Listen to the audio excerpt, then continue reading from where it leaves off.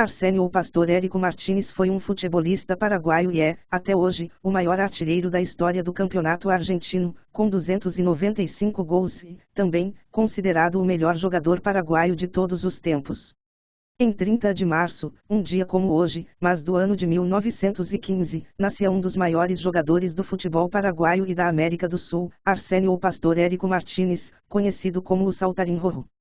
Érico é considerado um dos ídolos do Independiente da Argentina, no entanto, estreou no Nacional do Paraguai aos 15 anos, destacando-se por suas grandes acrobacias no ar, ganhando o apelido de Hombre de Goma.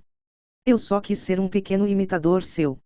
Estas palavras foram ditas pela mesma pessoa que em outra ocasião afirmou que entre fazer o gol e dar o gol para outro, não vacilava, fazia eu. Era Alfredo de Stéfano. Quem ele queria apenas imitar. Arsenio o Pastor Érico Martínez. De Stéfano novamente lembraria dele em 79, ao colocá-lo ao lado de Pelé, Bob Charlton e Juan Manuel Moreno como únicos jogadores nota 10 que vira. O ídolo já foi chamado de Nijinsky do futebol. Não tão conhecido modernamente entre os brasileiros, Érico, um dos maiores monstros do futebol sul-americano, segue venerado na Argentina mesmo com chuteiras penduradas há cerca de 70 anos. Neto de italianos, começou no Nacional de Assunção, cujo estádio hoje se chama Arsenio Érico.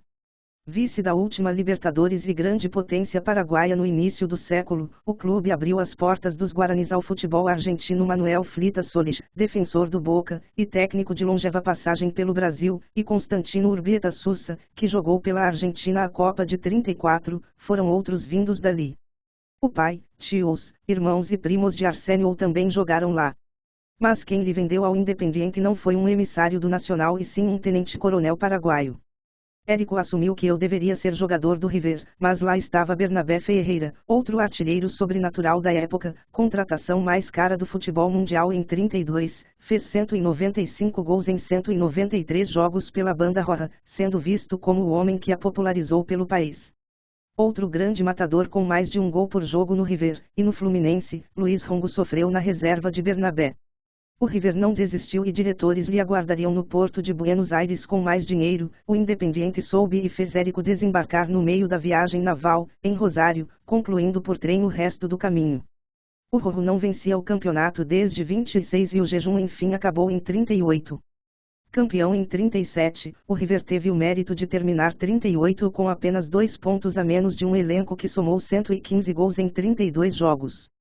Naquele embalo, os Diablos emendaram 12 vitórias seguidas até as primeiras rodadas de 39. Foi um recorde de triunfos só quebrado em 2001. O Racing quebrou a sequência, mas levaria trocos.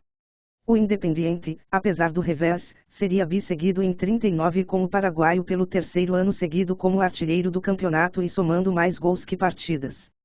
Érico operou-se naquele mesmo ano e os médicos descobriram que havia 9 anos que ele jogava em inferioridade de condições. Saiu do Independiente após mais um campeonato, em 46.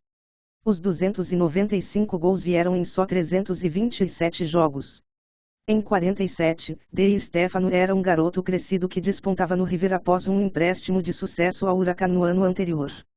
E o Huracan, vítima do último gol de Érico na Argentina, em 46, resolveu buscar o ídolo para repor a vaga do fã.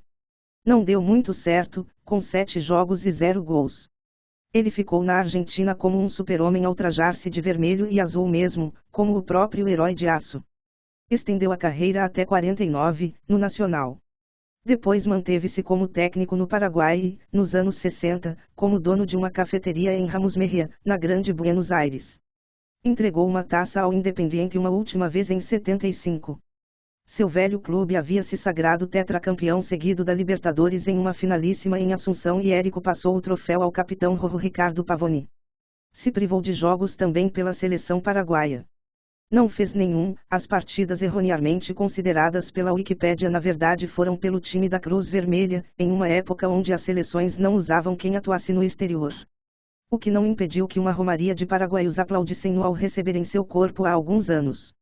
Ele repousava na Argentina desde 23 de julho de 77, após problemas circulatórios terem no privado de uma das pernas, que segundo o escritor Eduardo Galeano eram molas secretas para saltar mais alto e superar os goleiros de cabeça, e foi trasladado em fevereiro de 2010 para descansar em um mausoléu em Assunção, no Defensores del Chaco. No nome e no contexto do cenário, não poderia ser mais simbólico. O atacante paraguaio é considerado um dos melhores de todos os tempos, à altura de Pelé ou Maradona.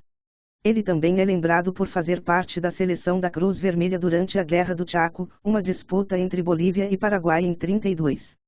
E para finalizar esse breve resumo sobre o maior jogador de futebol paraguaio de todos os tempos, seguem algumas de suas conquistas individuais. Artilheiro do Campeonato Argentino, 1937, 38 e 39.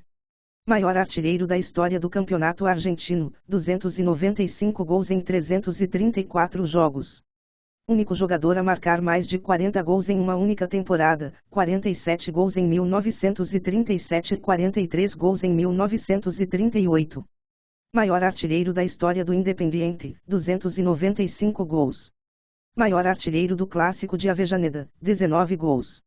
E foi isso, galera. Não se esqueça de se inscrever no canal e deixar o seu like para ajudar nosso trabalho. Ajude também compartilhando o vídeo com seus amigos e ative o sininho para receber notificação de novos vídeos.